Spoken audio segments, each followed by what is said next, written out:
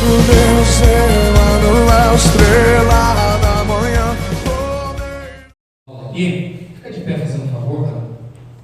O Oswaldo cuida da classe de batismo e nós vamos, em nome de Jesus, batizar no segundo domingo do mês que vem, de abril. Nós vamos ter o batismo, nosso quarto batismo para a glória de Deus. Então, ele já tem pessoas que já vão participar do batismo. Se alguém tem um interesse, pelo menos de conhecer o que é o batismo, procure o irmão.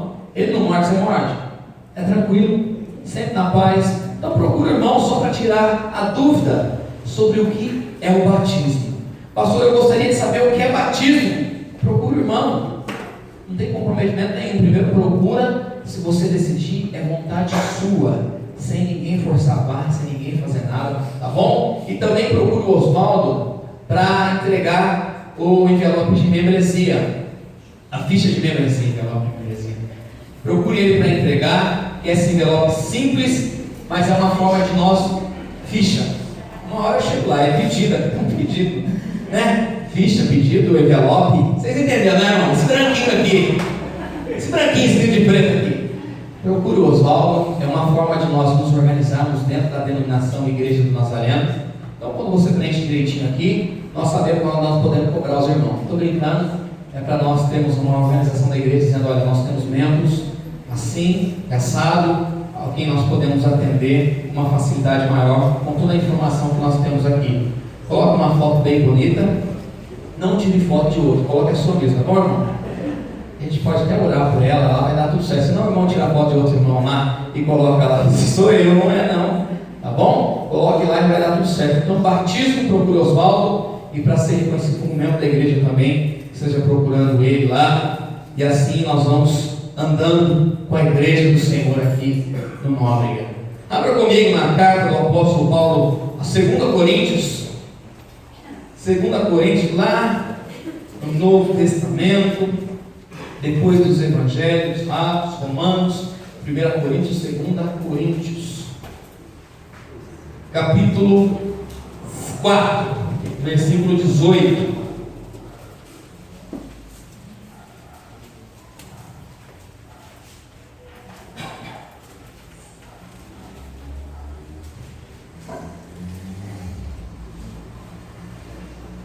Deus deu uma chuva abençoada para nós, né?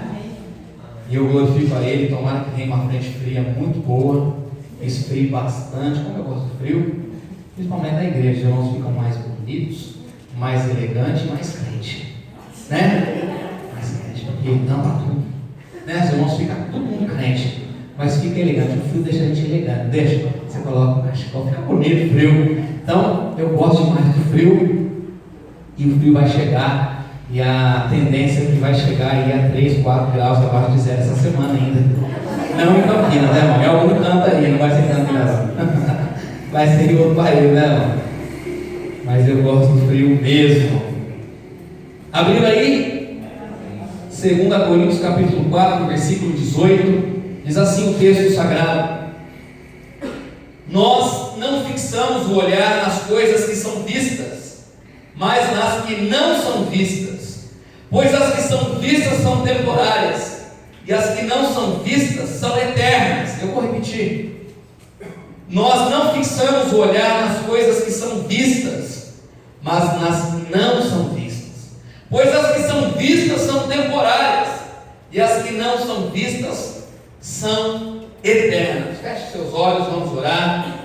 Deus, nós te louvamos, Pai, depois de termos entoado cânticos ao Senhor, de ter visto esse coral lindo e maravilhoso, com anjos do Senhor cantando aqui em cima para a glória do Teu nome, nós oramos, intercedemos, clamamos, e nesse tempo queremos ouvir a Tua palavra. E o pedimos nesta hora, Pai, é que o Teu Espírito Santo venha falar conosco de uma forma clara, bendita e poderosa, em nome de Jesus. Amém. Amém. Queridos, eu tinha uma mensagem para pregar aqui hoje, e eu estava falando com a minha esposa, tinha duas, e eu disse: misericórdia. Falei para o Alexandre: ignora, irmão, que a mensagem é que a gente quer pregar. E Deus, Ele não foi na minha casa, se materializou. mas veio muito claro no meu coração: você não vai pregar isso. Eu disse: então me ajuda, então me dá uma palavra. E o tempo foi passando, e agora bem no finalzinho da tarde, Deus falou poderosamente ao meu coração sobre esse texto. Eu estava discorrendo a Bíblia, procurando um texto para ser lido, e eu li esse versículo, e já conheço, que os irmãos também conhecem. Li, e Deus falou comigo, e o tema da mensagem esta noite é: além do alcance dos teus olhos. Esse é o tema da mensagem: além do alcance dos teus olhos. Há uma curiosidade quando fala do alcance dos olhos, aquilo que nós podemos alcançar. É fato que o homem, o ser humano, não é o ser criado por Deus que tem um alcance maior daquilo que o olho pode vislumbrar. Não. É interessante, aqui é só uma curiosidade, e depois nós entramos na mensagem. Estava pesquisando sobre o assunto, e dizem que as aves têm um maior potencial de enxergar, como a águia. A águia, é fato que é o ser, o animal, a ave, que tem a capacidade de enxergar o maior alcance possível.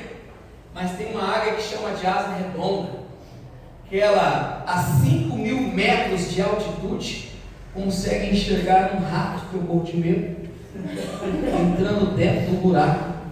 Ela consegue enxergar a 5.000 metros de altitude. Isso não é pouco, um mísero rato. É curioso também que a coruja consegue à noite, mais do que todos os outros, enxergar no breu da noite, mais de 80 metros, um rato também. Esse cara só usa exemplo de rato, eu quase fechei o livro. Misericórdia. O coelho também é curioso, porque com os teus olhos, na lateral, ele enxerga 360 graus, ou seja, ele consegue lidar bem com o predador. Você vê que o coelho é esperto, não é? O coelho é esperto, ele enxerga, tem facilidade para isso. E o ser humano fica na onde, pastor? Nesse ramo? Lá no cento e pouco, estou brincando. Ele fica lá no 20º alguma coisa. O ser humano tem uma capacidade muito boa também de enxergar. É fato que o ser humano consegue enxergar o sol. E você fala: pô, pastor, o sol é diferente do rato, né? O sol é enorme, gigantesco. Mas é fato que o homem consegue enxergar o sol a 150 milhões de quilômetros. Sabia disso? A 150 milhões de quilômetros nós enxergamos o sol, por maior que ele seja.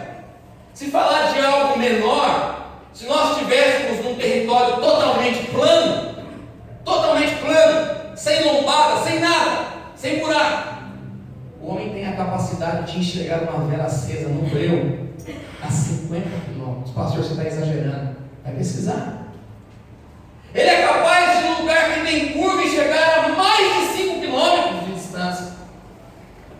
Capacidade visual. Interessante. Como é que nós enxergamos tudo isso? Você olha para o sol, você não imagina a distância que ele está. Imagina? Você pensa que ele está pertinho da sua casa. Quando você olha para a lua, você fala: está pertinho. Esses dias a gente estava viajando e parece que a lua estava em cima do telhado, né? Nós saímos da varanda. Eu disse para as meninas: pode vir, vocês podem pegar a lua, está pertinho. Parecia que ela estava no telhado do quarto, mas estava a milhões de quilômetros de distância. Os nossos olhos enxergam como se ela estivesse em cima do telhado. É a capacidade do campo visual que nós temos. Nós temos essa capacidade desde o início da criação, querido. E aqui é algo ruim. Desde o início da criação, o homem tem enxergado aquilo que não deveria enxergar. Aquilo que deveria enxergar não enxerga, mas aquilo que não deveria tem enxergado. Eu separei em 3 tópicos, ou 3 situações diferentes dentro do campo visual. Que a primeira eu coloquei assim: que as pessoas com os teus olhos enxergam aquilo que não era para enxergar. O que elas enxergam? O mundo, aquilo que está no mundo, aquilo que não é agrado de Deus. Isso nós temos facilidade de enxergar. Mundo. E isso começou lá no jardim do Éden, começou com Eva. Lá no capítulo 3, no versículo 3 ao 6, se você puder abrir comigo lá, Abra lá comigo, por gentileza, lá em Gênesis, primeiro livro da Bíblia. Só para você não falar que eu estou inventando. Capítulo 3, versículo 3. Olha o que diz acerca dos olhos. Versículo 3 do capítulo 3 diz assim: mas Deus disse: do fruto da árvore que está no meio do jardim não comereis dele, nem tocareis nele, para que não morrais.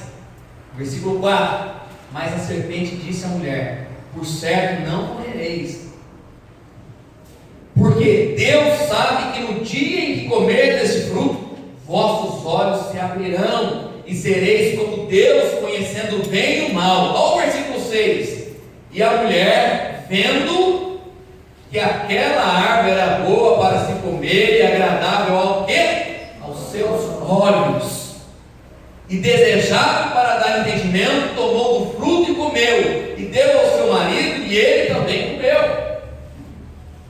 São os olhos pecaminosos. Deus havia acabado de dizer para eles: olha, o fruto dessa árvore não come, não pode. E a serpente disse: claro que pode, porque você vai ter o mesmo entendimento. E aquilo atraiu os seus olhos. Tinha tanta árvore bonita para olhar, não, ela olhou para aquela árvore. Aquilo atraiu os seus olhos, e por causa daquilo que os seus olhos enxergaram do mundo, você fala, não estava no Éden? Estava, mas os teus olhos estavam naquilo que é maligno da serpente, que a serpente já estava no mundo, preparando tudo aquilo que ia fazer. Por causa disso, a Bíblia diz que o homem caiu, o homem pecou diante do nosso Deus. Tem mais, lá em Gênesis capítulo 13, versículo 10, você não precisa ver se não quiser, diz que Abraão, juntamente com seu sobrinho Ló, tinha muita gente para cuidar.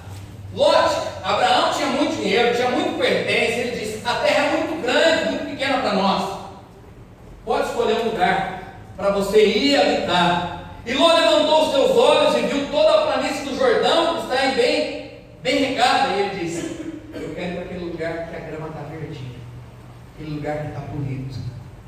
Ele não mediu o terreno, ele não foi primeiro pesquisar o solo, ele não quis ver como é que era a cidade, mas simplesmente os seus olhos se encantaram com as planícies, e por causa disso ele foi.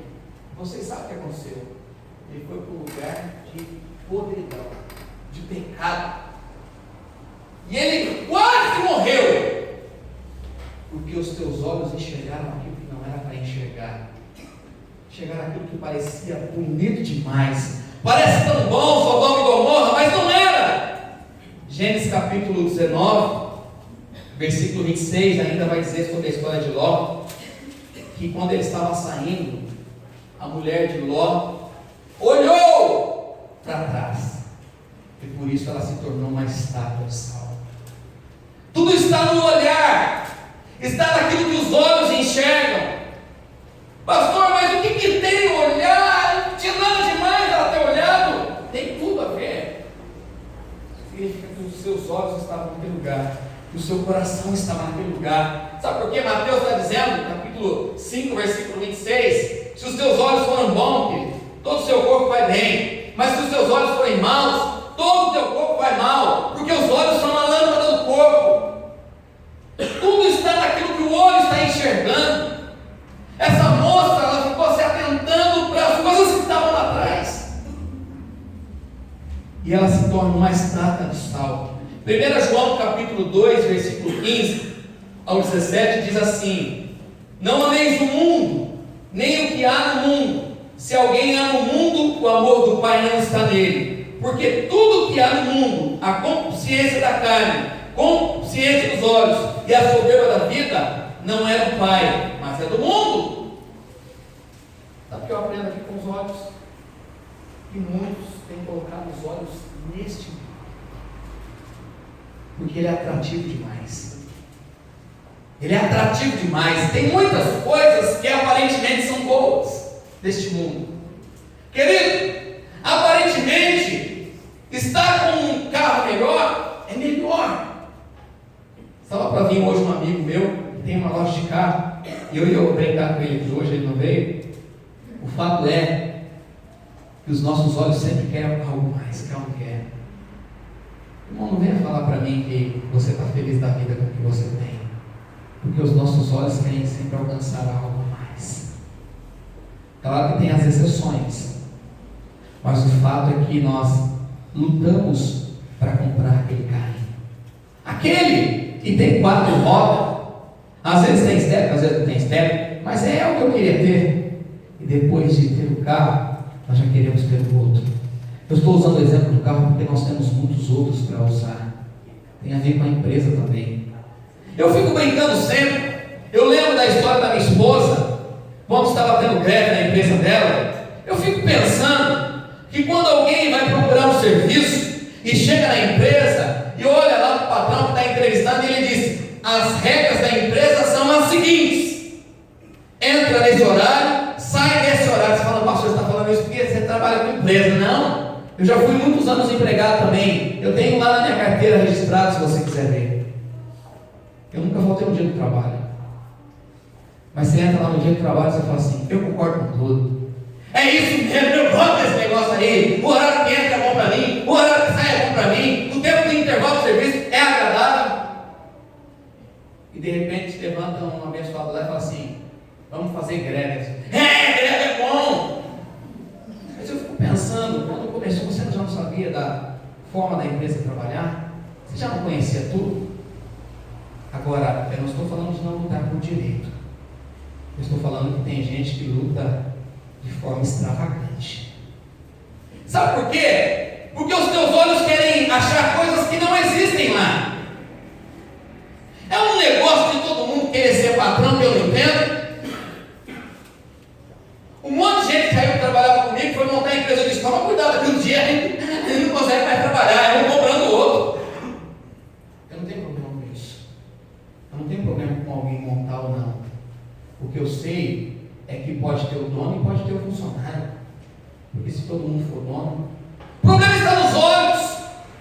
É querer ser aquilo que não é para ser. É querer enxergar aquilo que não é necessário para a sua vida. Nem tudo é necessário, irmão. É no trabalho as pessoas fazem isso. Elas permitem que o diabo tome os seus olhos para enxergar aquilo que não deveria enxergar. Na igreja tem isso. Ah não, pastor, na igreja não tem. Tem muito. Os olhos querem almejar coisas. Quantos pastores começaram bem? Quantos músicos famosos começaram bem? Quantos missionários começaram bem?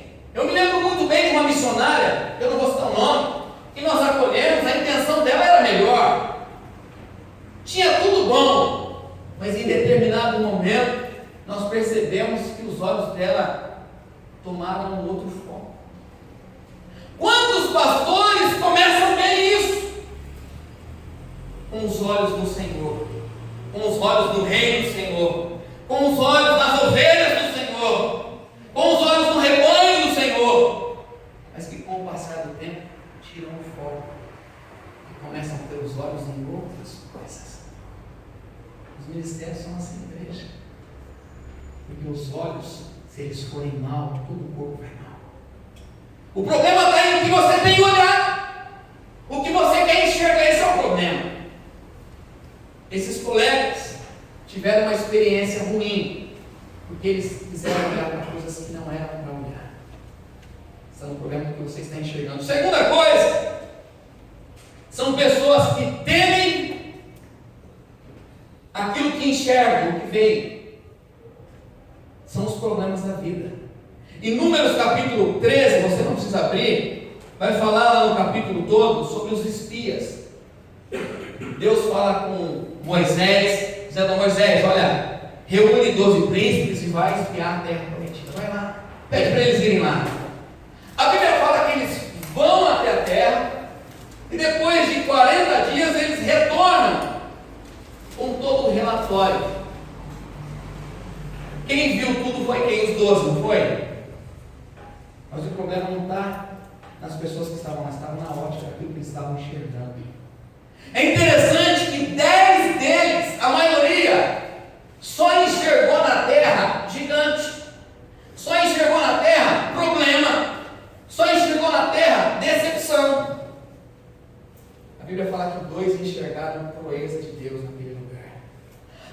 texto que 2 enxergaram eles habitando naquele lugar.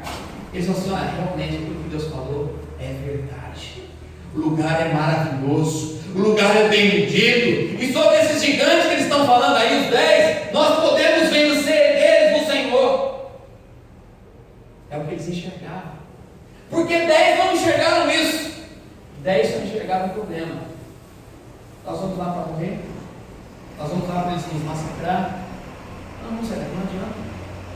A terra pode até ser boa, Moisés, mas não vai ser fácil entrar naquele lugar. Quer dizer, mas nós não vamos entrar naquele lugar. Os 2 diziam: podemos e vamos entrar lá, porque Deus está conosco, nós vamos entrar lá na terra. Daquilo que eles estavam enxergando. Mas 2 Reis, capítulo 6, versículo 15, diz que desceram para sitiar um homem de Deus chamado Eliseu. Eu gosto demais desse texto, que depois de ter sitiado a casa onde ele estava, o jovem moço que estava com ele, o servo, procurou ele dizendo: olha, Eliseu, nós estamos arruinados, nós estamos perdidos. Por que, Eliseu disse? Porque eles se acamparam ao nosso derredor e não há para onde correr. Esse rapaz estava andando com um homem de Deus, um homem que já havia operado sinais e maravilhas no nome de Deus, mas em determinado momento ele fica aflito por ver o exército inimigo sitiando aquele lugar. O versículo diz lá no 16, se eu não me engano, versículo 16 diz que Eliseu disse: ô Senhor, abre os olhos desse moço, faça ele enxergar o teu exército celestial que está acampado neste lugar.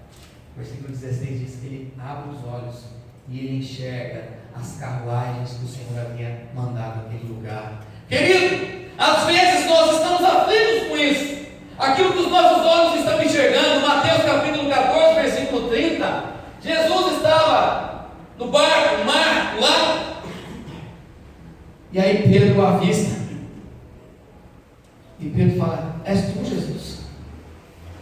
Eu posso ir até ele? E Jesus diz: venha. A Bíblia diz que Pedro é o único homem da Bíblia que andou nas águas. Não tem nenhum outro relato na história da humanidade. Você fala: tem sim, pastor, todo poderoso, no filme lá, o Jim Carrey, né? Ele andou. Não, aquilo é ficção. Pedro andou. A Bíblia diz que ele foi dando um passo atrás do outro. Mas diz o versículo que de repente veio um vento e bateu na água. E ele fez o quê? Olhou para a água. E quando ele olhou, ele começou a afundar. Jesus, me acorde! E Jesus pegou pelas mãos. Esse homem ia completar a maior tragédia, a maior coisa que um homem já fez: andar pelas águas. Depois de Jesus, meu irmão, só Pedro ia andar. Você não vai ver outro relato, só na glória você vai andar. Aqui, irmão, tem que ter muita fé. Pedro estava andando, mas ele viu a tempestade chegar, ele viu a água se mexer e ele teve medo, porque os teus olhos contemplaram aquilo. Eu não sei como é que é a sua vida, o dia a dia, quando algumas coisas se levantam na sua casa, na sua família, lá no seu campo familiar, quando o vento bate, e você olha para toda a situação, você olha para tudo aquilo que está acontecendo, e eu fico pensando: qual é o sentimento que você tem diante disso? De medo. Quando o patrão chama dizendo assim: olha, no final do dia nós podemos conversar, falar com você. Eu fico pensando: qual é o sentimento? De medo. Porque os teus olhos têm olhado para quê? Para a crise econômica do país. Os teus olhos estão na onde? Naquilo que está acontecendo no mundo.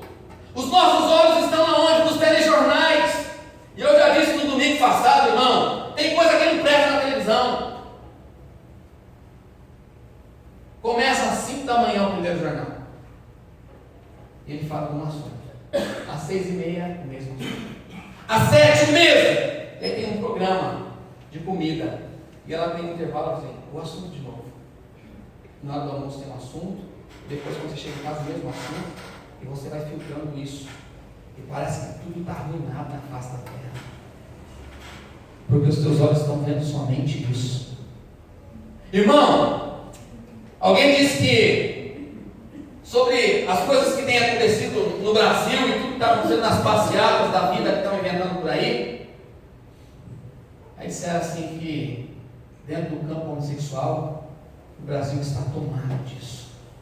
Você sabe do número. A Paulista encheu mesmo. Mas precisa saber quem é mesmo. E quem gosta do barulho. E quem gosta da festa. Sabe que tem um monte que gosta de festa? Tem gente que gosta de colocar coisa na cabeça e sair para a rua. Mas se você pegar o número exato, é uma minoria que está fazendo isso. O número de homossexual que vai para a rua para buscar os seus direitos é uma minoria. Não é esse número alarmante que parece. E está gravando. E para onde for vocês vão saber disso. Não é esse número alarmante, não. É uma minoria de pessoas que precisam conhecer a Deus e entregar a sua vida para Ele e ter a sua vida transformada, porque Deus não se agrada disso. O fato é que quando nós olhamos, nós nos assustamos com isso.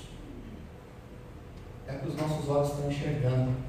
Há tanto problema, nós olhamos para a enfermidade e achamos que tudo está acabado. O irmão estava com hepatite C. Tudo acabou. E agora como é que vai fazer? É o caos da vida. Quando a enfermidade bate na porta, os nossos olhos contemplam aquilo que está acontecendo, nós tememos.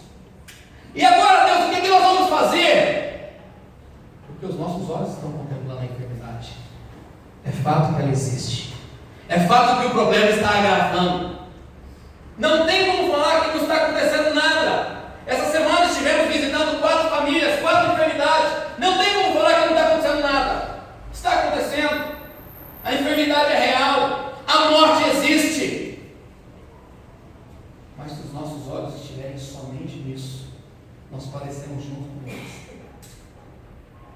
Os nossos olhos não podem estar somente nessas coisas, porque elas vão continuar acontecendo dia após dia. Nós falamos 2 escolas dominical seguidas sobre os problemas.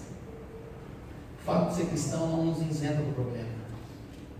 Grandes homens de Deus, profetas do Senhor, foram perseguidos e mortos pelo nome de Jesus, pelo nome do Senhor. Não nos isenta. Eu gostaria muito que as minhas filhas não usassem aparelho auditivo, mas elas usam. Não nos isenta do problema. Não nos isenta das perseguições e das lutas da vida, não. Os meus olhos não podem estar fitados somente nisso. Porque senão, irmão, tudo vai mal. Eu estava comendo ontem com a minha família numa padaria e eu vi um deficiente visual entrar no ambiente que nós estávamos. E eu fiquei impactado com aquilo. Comentei com o Jô sobre aquele rapaz, um rapaz bonito mesmo, de boa aparência, estava de regata, esporte, mas o tempo todo na mesa junto com a família ele sorria. E eu olhava para as outras mesas, todo mundo sério, inclusive a gente que não estava tão cansado, tudo sério, não tinha um sorriso, não tinha nada, tudo sério, e eles sorriam, e eles brincavam uns com os outros. E eu tomei atenção na hora que foram escolher o lanche, e o irmão, ou o cunhado dele, começou a falar aquilo que estava escrito, dizendo: olha, o lanche é assim, o hambúrguer de tantas gramas e vem batata frita. Ele disse: esse é bom, eu quero esse. Mas todo momento com um sorriso. Eu fiquei pensando naquilo. Tem uma irmã que infelizmente não pôde estar conosco essa noite, que é a irmã Ana. Eu tive o privilégio de conversar com ela. Uma da nossa igreja, não pôde estar hoje aqui. Há 5 anos ela ficou totalmente cega. Ou vê alguns fantasmas apenas. Quase não enxerga nada, diabetes. Estava conversando com ela esse tempo, e ela falando de tudo aquilo que Deus tem feito na vida dela, na família dela, e da disposição que ela tem de servir ao Senhor. Eu fico pensando nessas coisas às vezes. Porque lá em Coríntios, naquilo que nós lemos, ele está dizendo, aquilo, olha o que está escrito lá, não nos fixamos a olhar nas coisas que são vistas, mas nas que não são vistas, porque as que são vistas são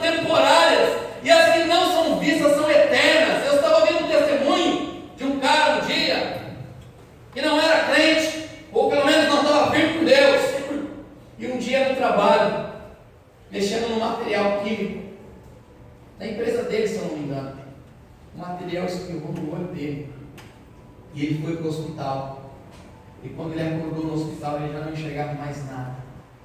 E nos primeiros dias ele gritava no hospital em desespero. Eu fico imaginando o que é isso. Já parou para pensar? Eu fiz um teste na minha casa um tempo atrás.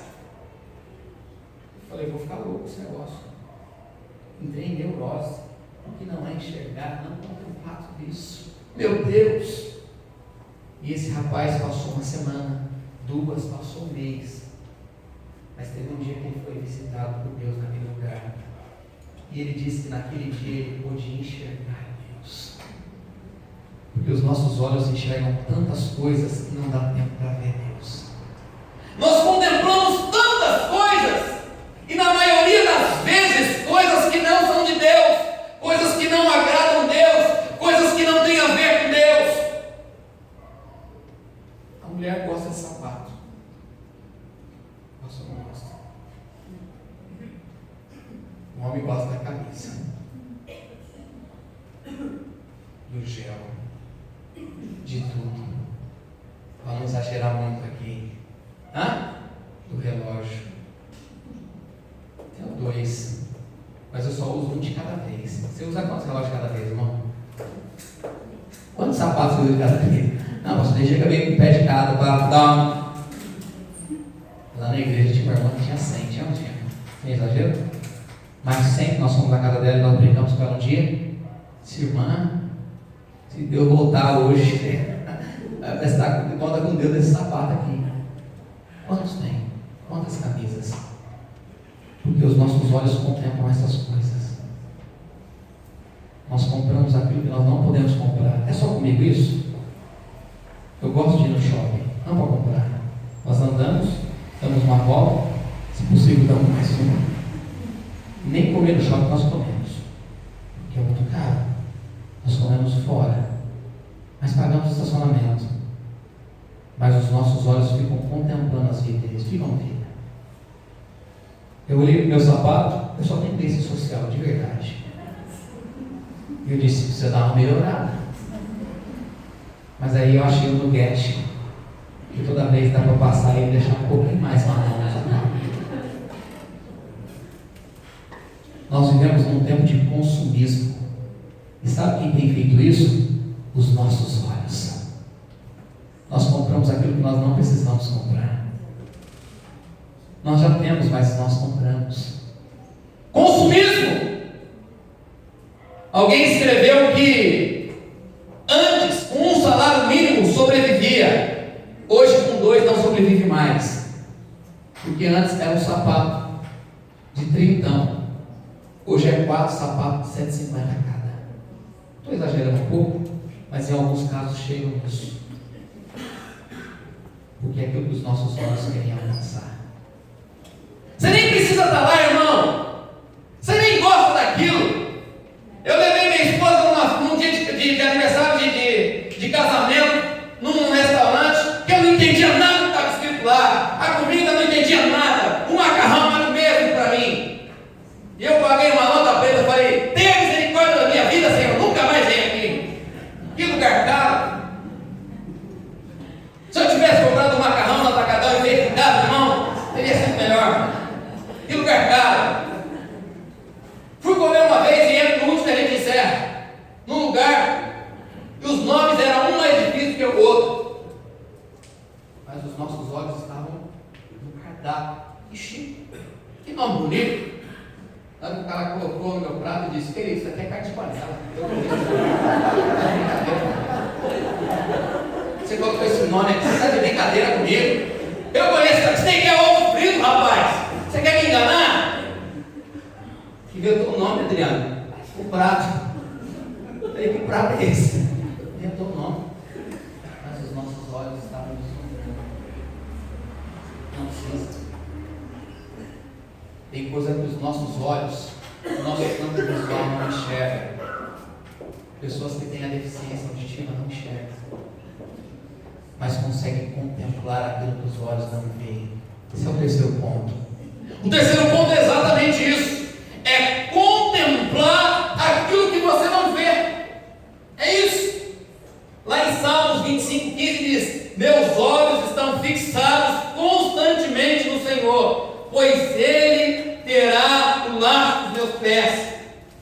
Eu gosto demais desse versículo de Jó, porque Jó, depois de tantas experiências com Deus, lá no capítulo 42, versículo 5, ele diz: antes eu conhecia só de ouvir falar do Senhor, mas hoje os meus olhos te veem, eu posso contemplar o Senhor. É glorioso isso, porque ele não enxerga da forma visível. Não enxerga. Jó não estava olhando para a parede e vendo Deus sentado no sofá, não enxergava dessa forma. Mas ele podia contemplar que Deus estava naquele lugar presente. Diferente. Aquilo que os nossos olhos limitados que são. Quantos quilômetros pode enxergar? 50, 150 milhões. Pode chegar tudo isso. Você vê as estrelas? Vê quando não está nublado? Sabe quantos bilhões de quilômetros elas estão? Você enxerga longe? Às vezes com óculos, pastor, mas enxerga. Enxerga! Mas existem algumas coisas que os teus olhos não podem enxergar. Deixa eu te falar uma coisa, isso não é um jargão. Alguém está vendo Deus aqui? Com os olhos, está vendo? Alguém está vendo? Se eu disser para você que Ele está aqui, porque os meus olhos não veem. E roupa que Ele dá, pastor? Mas o que eu sei é que Ele está aqui essa noite. Não consigo contemplar. A irmã Ana tem alguma debilidade? Você precisa rever seus conceitos. Talvez quem tem a debilidade é você, não é ela. Nós temos o costume de chamar algumas pessoas de deficiente físico, auditivo, e seja lá o nome que você queira dar, você precisa lembrar de você mesmo. Talvez você esteja com a deficiência.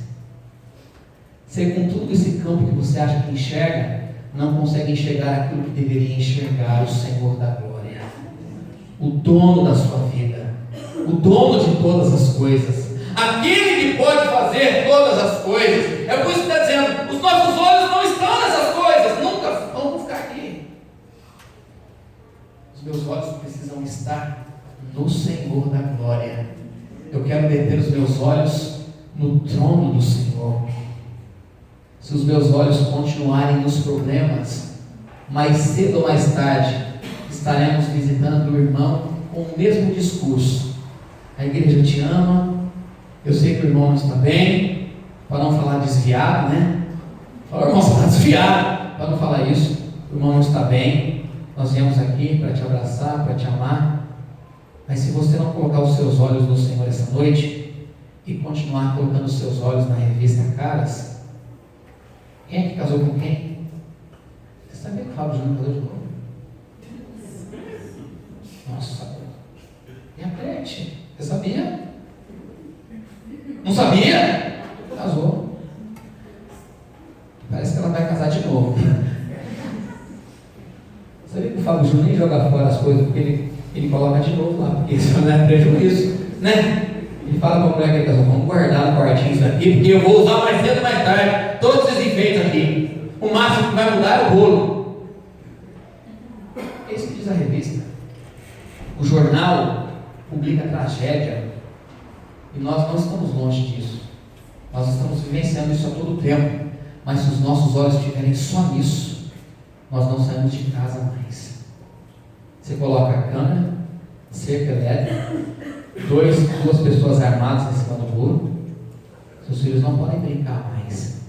Porque se os seus olhos continuarem nisso, daqui a pouco, irmão, não tem mais o que fazer.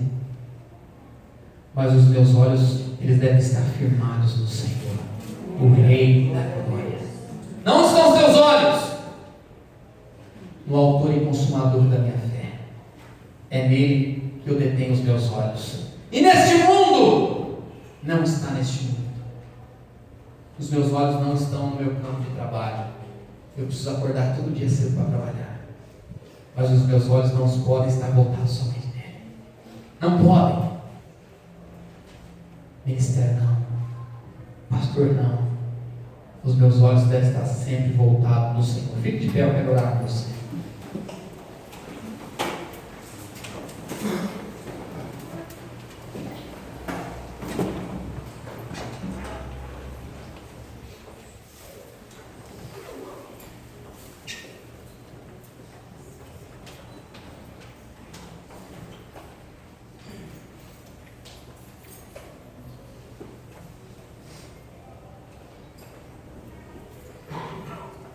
Tem um cântico, estava tentando lembrar dele agora.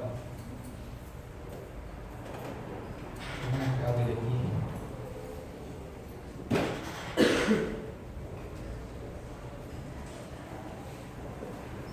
Fique de pé até eu lembrar o nome. Estão aí? Deixa eu marcar, eu esqueci. É um cântico que fala, lembrei.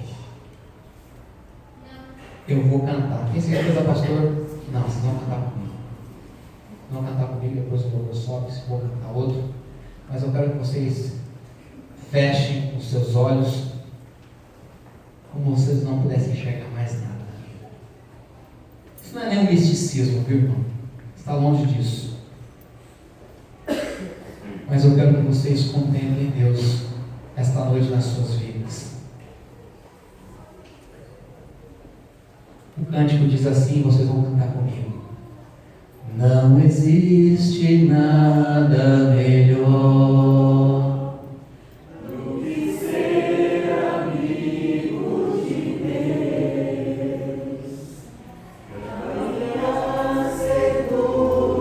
Não abra os seus olhos, como se você não pudesse abrir mesmo.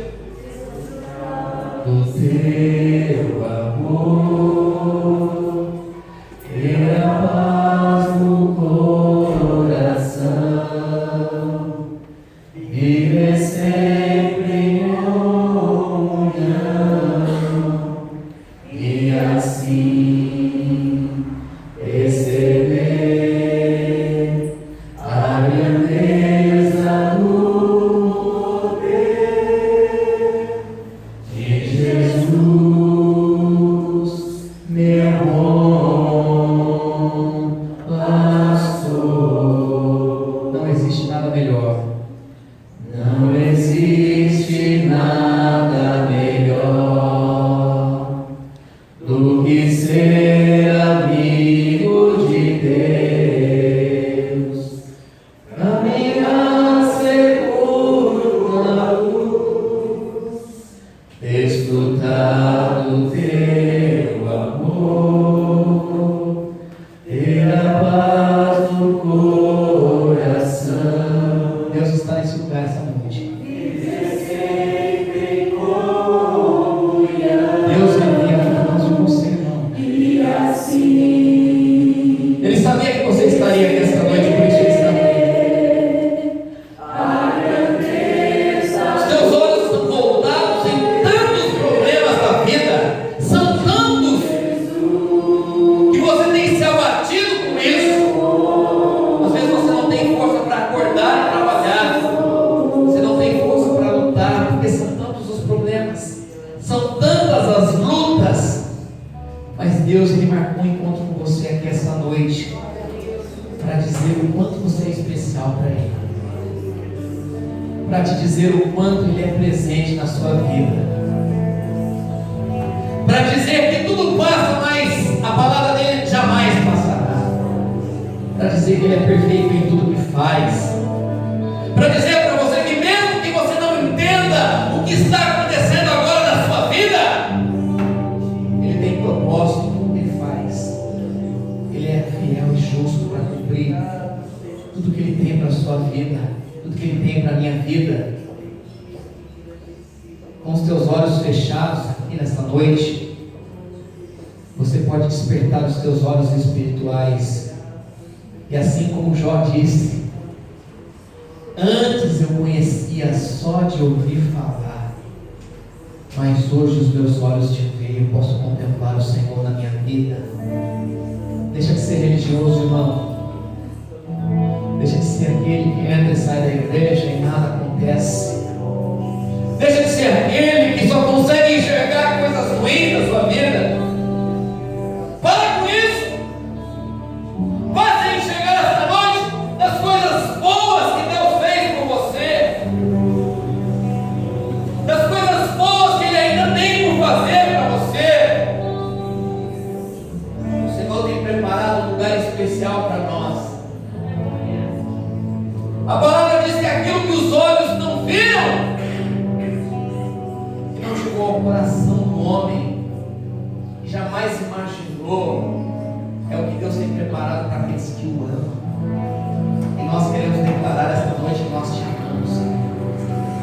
pode dizer isso para essa noite: eu te amo.